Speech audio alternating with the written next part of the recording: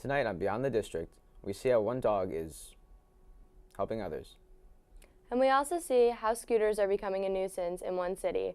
Beyond the District will return in 2 minutes.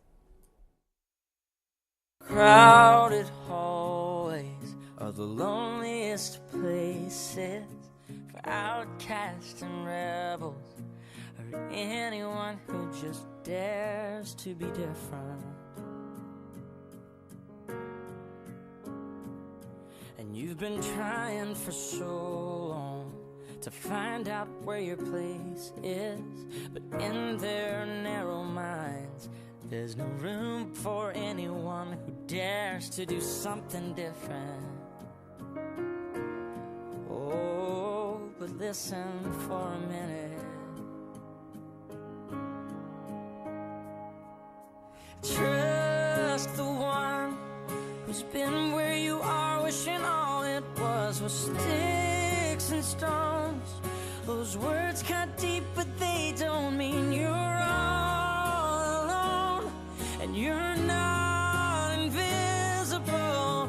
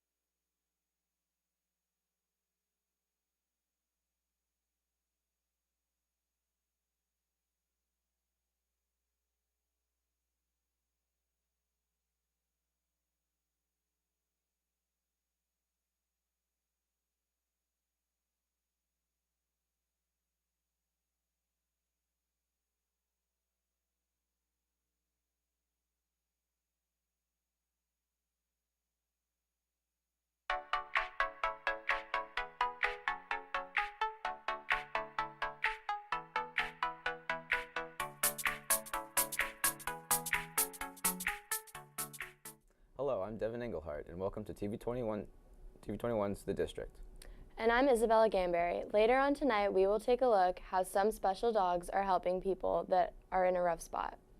But up first tonight, storms can be a scary thing, but I imagine a thunderstorm hits too close to home. Here's a look. It was an encounter too close for comfort. Most anxious I've ever been, most scared I've ever been, like all the emotions at once, you know. Around 3 o'clock this afternoon, Eric Clement was watching the weather in Westerly when he became a subject of it. The wind starts picking up, the door starts to swing as I'm filming it. I grab it like this, and I'm bringing it in, but I'm still filming it, and then that's when it struck. Take a look at the encounter he caught on camera. It shows torrential rain and winds rolling through the pond. Next comes lightning. Clement says he was holding on to the doorknob when it struck. Feeling as though he'd been electrocuted with no feeling in his arm, he dialed the Westerly Police Department. It was almost like this, I couldn't move. Fire officials came to check out the building as Eric was checked out by paramedics. They said it was probably the lightning strike coming, you know, through the ground into the door and zapped me like that. Clement is expected to be okay. He says he saw his life flash before his eyes literally and is grateful to be alive. Like God gave me a gift, you know. I could not be standing here right now. Up next, one teacher has gotten herself in hot water for Say No to the Zero, and the policy has the district up in arms. Years of teaching, I have so much stuff. Motivation, inspiration. That's what Diane Tirado strives to provide her students as a longtime teacher. Teaching is a calling for me. So she thought the same when she started teaching 8th grade history at Westgate in Port St. Lucie last month. I had so much fun decorating my room. But then she assigned this Explore Notebook project. This is what I gave weeks for. When several students didn't turn it in, Toronto found out about what she says is the school's no-zero policy, reflected here in the student and parent handbook. Well, what if they don't turn anything in? Well, we give them a 50, I go, oh, no, we don't. We spoke to a parent at the school about what he thinks. You don't know what's going on at home, and what you see is front level. Because if my son blatantly chooses not to do it, he knows he's got an issue. Ain't that right? Toronto was terminated on September 14th, but there's no cause mentioned in the letter from the principal since she was still in her probationary period. On her last day, she wrote this message to her students on her whiteboard before she left and sent out a picture of it through a class app. Her students responded. You are right about not giving people 50s. And then she posted it on Facebook. It's now been shared more than 400 times. A grade in Ms. Toronto's class is earned. Toronto hopes this time she motivates policy change. I'm so upset. We have a nation of kids that are expecting to get paid and live a life just for showing up, and it's not real. Now hundreds of animals are left in shelters every month. We stopped in to see some special dogs that are looking for a forever home.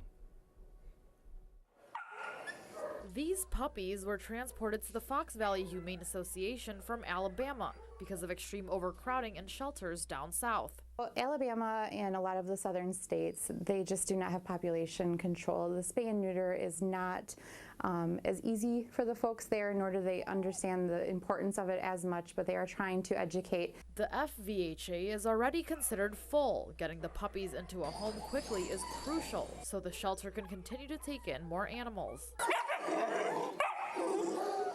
At least 30 puppies and some kittens will be available for adoption Saturday and Sunday at PetSmart in Appleton. It's same-day adoption, so it's really nice to be able to see these dogs not have to sit in a shelter. They can go directly into a home and, start their forever family.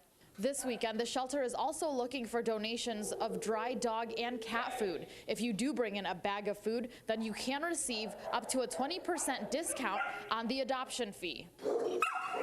Adoption fees cover spay and neuter, up-to-date shots, and a health checkup. There is quite a variety of breeds, and there's a lot of labs, there's a lot of, wiry-looking puppies, there's just fuzzy dogs. We don't know what they exactly are, but they are a ball of fun, just waiting, to join your family.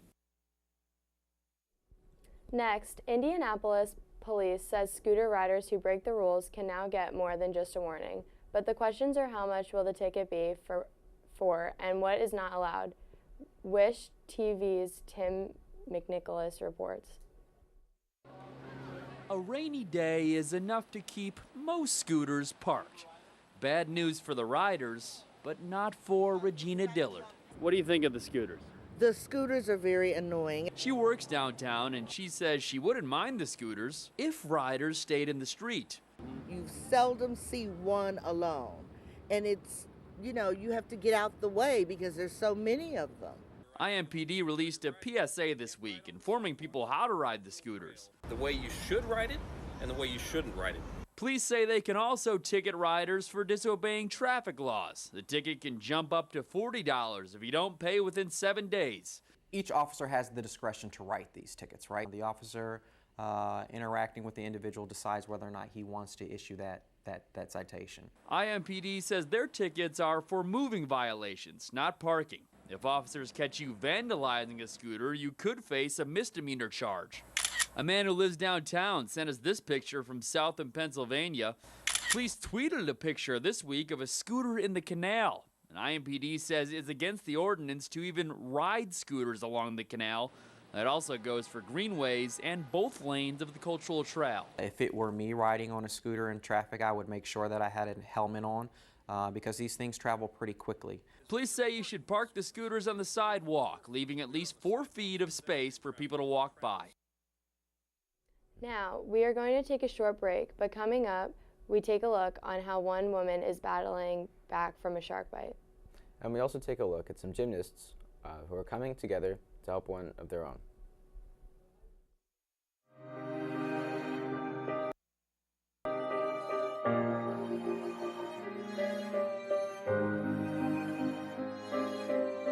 Sing a song for the broken hearted.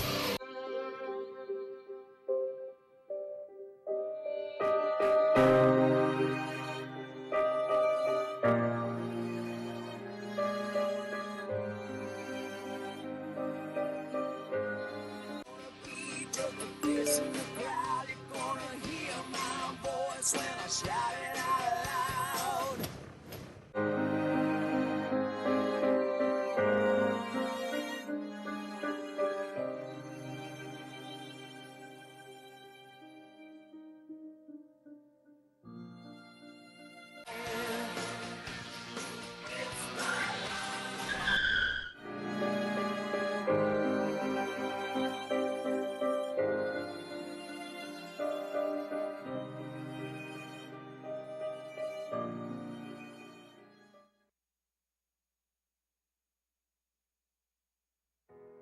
Broken bottles in the hotel lobby. Seems to me like I'm just scared of never feeling it again. But I know it's crazy to believe in silly things, but it's not that easy. I remember it now, it takes me back to when it all first started. But I've only got myself to blame for it, and I accept it now. It's time to let it go out and start again. But it's not that easy. But I've got high hopes. It takes me back to when we started. High hopes when you let it go.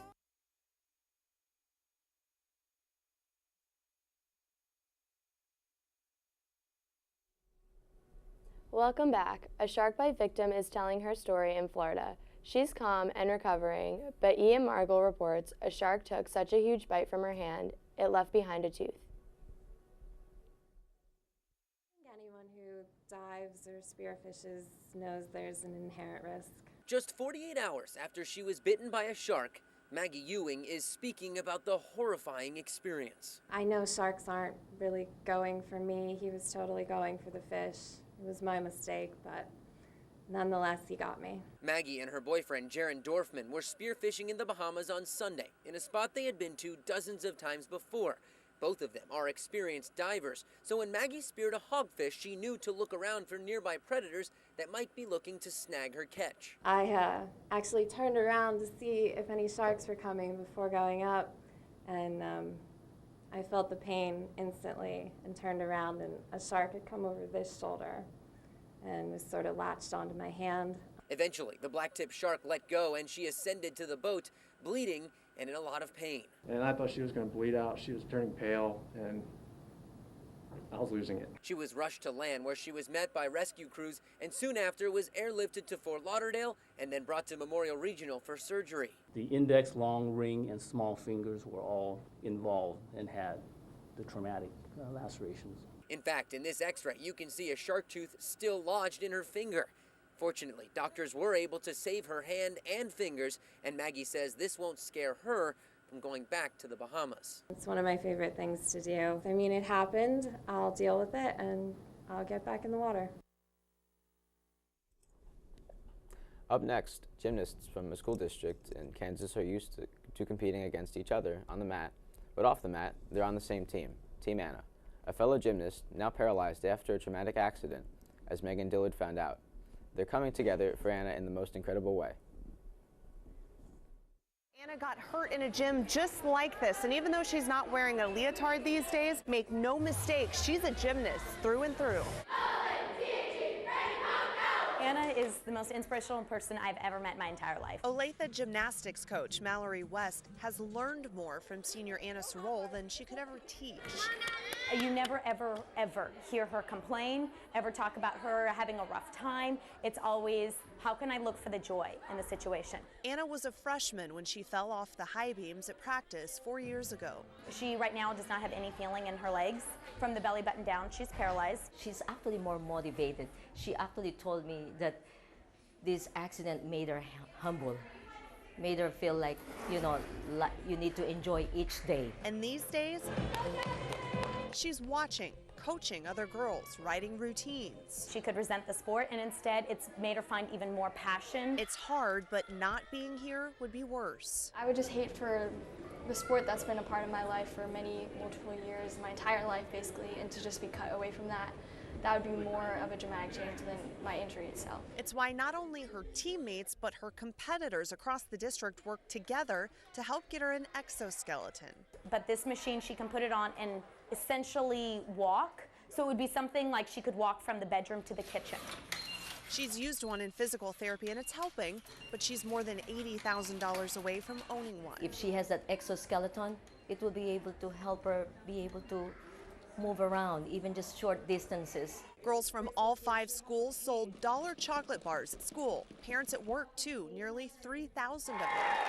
We were able to raise a lot of money through that, but we were also able to talk about Anna and talk about how much we love her, we care about her, how she's an inspiration to us all. I am hopeful. I know that we're not financially there, but I do believe in miracles, and yeah, absolutely, and I believe in prayers and everything I can get. It's in her blood, it's in her heart, it's in her soul, it's who she is. And you are forever a gymnast. Megan Dillard,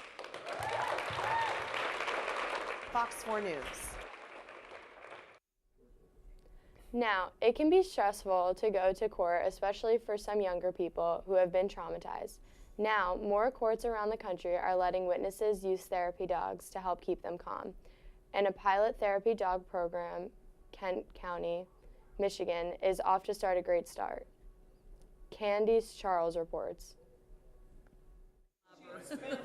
Dogs in the courtroom is not something you see every day, but it's an idea that is proven to help young victims all over the nation take the stand. Traditionally that has been, oh my gosh, we're going to have animals in the courtroom and who wants to do that, but I think that it has been done in other places and you're seeing the positive effects. Going to court can be stressful for anyone, but Kent County's courthouse therapy dog program's goal is to alleviate some of that stress, providing a welcoming distraction for young, vulnerable witnesses. Our idea is twofold. One, the physiological results of that, lowering the child's blood pressure, but also giving them something a little more to focus on, so they're not just focusing on the bad things that happen. They can also be petting a dog and having a nicer experience doing that. Teaming up with West Michigan Therapy Dogs, the pilot program offers courthouse dogs that can help witnesses meet with prosecutors, wait to testify, and attend court. Judge Kathleen Feeney says the support will make a difference in future testimony. Calm, it helps them to focus, and in a criminal case, that helps them to recall facts more easily and give more accurate testimony. And that's what we want. A recent bill allowing dogs in the courtroom pushed the program along. Now several other Michigan courts have implemented courthouse dog programs, and Feeney says she hopes to extend the program across Kent County to help as many young victims and vulnerable adults on the stand as they can. These child victims have already been traumatized significantly. And if we can do something small like have a dog there that they can pet, just to kind of keep them calm, or they can talk to the dog about what happened to them, and it doesn't make coming to court more traumatizing for them, then that's fabulous. It's now time for another break. Coming up later in the show, we will take a look at a couple of robots helping local farmers. Beyond the District will be right back.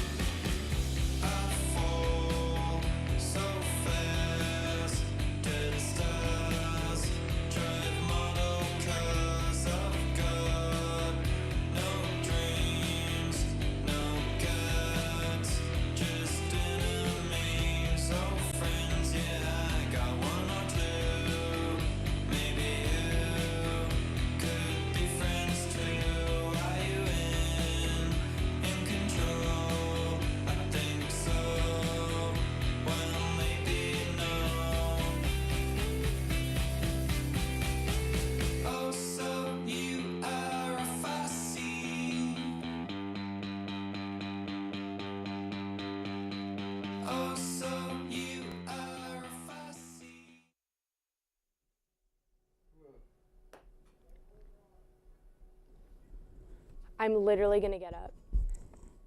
Welcome back to Beyond the District. I'm Devin Engelhart. It's something out of a science fiction novel, but robots in California are growing food in an indoor farm, all on their own. The high-tech farm could be a step in feeding people around the world. Len Ramirez reports. Like our nutrients. Almost hidden away in a San Carlos warehouse, robots are growing and harvesting food. It's a potential revolution in agriculture happening under the lights and in near silence. You're at Ironox. This is the world's first production robotic farm. CEO Brandon Alexander was born and bred on old-school family farms in Texas and Oklahoma, but his love for robotics pushed him to develop methods for machines to do the tedious jobs like seeding, transplanting, and harvesting. And he says robots could help solve a growing farm labor crisis. Our goal is to use technology like robotics and machine learning to be able to grow produce at better quality, more consistently, and cheaper. Several companies around the world are venturing into autonomous agriculture, but Ironox says its technology and methods set it apart.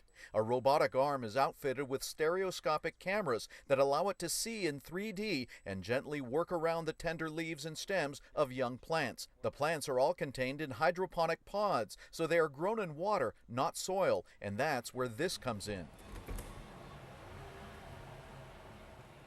You're riding aboard a machine that may be the John Deere of the future. They call it Angus, and it does all the heavy lifting. It rolls on special wheels that rotate forward and backward and side to side. We have beautiful, very fragrant basil, butterhead. The company is first focusing on salad greens, all grown in the warehouse, and it's packaging produce and testing with local chefs. We're focusing on restaurants initially. We do expect to expand to grocery stores in 2019. Although California has easy access to the freshest greens, many parts of the world do not. Ironox says with its automated methods, it can produce a delicious salad bowl anywhere. In San Carlos, Len Ramirez, KPIX5. Next, record snowfall. That's not something you want to hear in the first week of October. More than a foot of snow has buried Calgary and brought this Canadian city, known for hosting the 1988 Winter Olympics, to a standstill.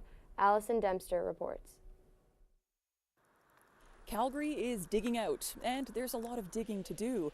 Environment Canada says the city got 33 centimeters of snow. That's the official number, but parts of the city are reporting 45 centimeters. The city has had to call on surrounding communities for help. A fleet of 30 snowplows from Edmonton arrived overnight.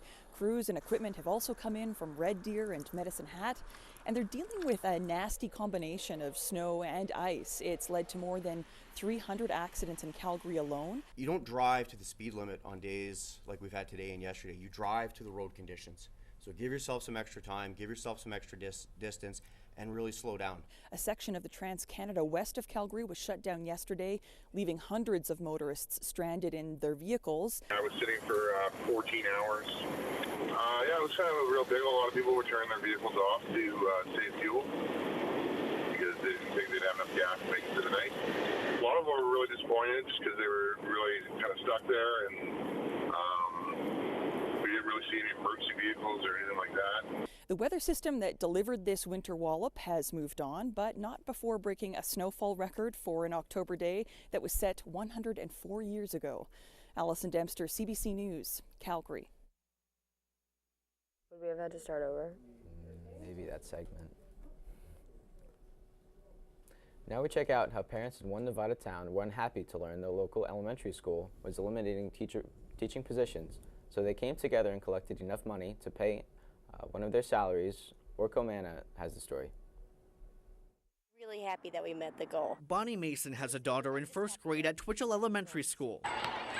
She's one of several parents who came together to raise $62,000 in just a matter of weeks, all in an effort to save staff positions. We all want to do what we can to help the school, and everybody seemed to be pretty inspired to jump in, including myself. I donated. 3 teaching jobs at Twitchell were on the chopping block due to lower than expected student enrollment this fall. The $62,000 raised will be a full salary package and allow 1 teacher to stay. Principal Michelle Woldridge spearheaded the fundraising campaign and is overwhelmed by the support. It wasn't easy. People gave whatever they could give, and we're just grateful for whatever we got. Every penny mattered in this case. What better cause to raise money than the greatest resource that we have as a teacher? The school is excited that they've saved one teaching position, but the harsh reality is that they'll still be losing 2 educators. They're amazing teachers, and our kids will be missing out. While CCSD is happy Twitchell will retain 1 teacher, it does not encourage fundraising as a way to do so. Our concern is that some schools do have the neighborhoods around them that can fundraise to save a teaching position, but many schools do not. And we don't want to create an inequity here. The 2 staff members who are leaving teach 1st and 2nd grade, so those class sizes are going up. Already my daughter has said we have 2 new students in our class. But school officials say it's still a victory. They're not losing all 3. We just couldn't stand by and let that happen. It was just too big of an impact. Orko Manna, 8 News Now. Wrapping up tonight's show, a pair of North Dakota brothers are enjoying a family of mice their mother let them bring home from their local Kmart Monday. But these mice didn't come from the pet section. They were found in a pair of winter boots. Kevin Wallavand has the story. Talon and Deacon Reederer, along with their mom Shasta, were not sure what those little things were, rolling out of the new winter boot. He goes, "Mom, look." I honestly thought it was Vienna sausages laying on the floor until they started moving and we heard them squeaking. They were no Vienna sausages. They were a family of mice, not just 2, 7, and the mother. And the boys pleaded with their mom. They wanted to take them home. I want to touch this one. Super grossed out, but they're kind of cute. Mom, they don't have diseases. Right here. You don't know that. They're so cute. Kmart and Bismarck didn't want the mice, so the boys and their mother got the mice home, got them comfortable, just in time for feeding. Let the kids take them home, got the fish tank ready for them, kids put them in there, and they've been happy ever since. Now they'll be released into the wild, and the boy's mother, one proud mom. So proud of them that they have that kind of compassion that they are willing to save mice when it would have grossed everybody else out.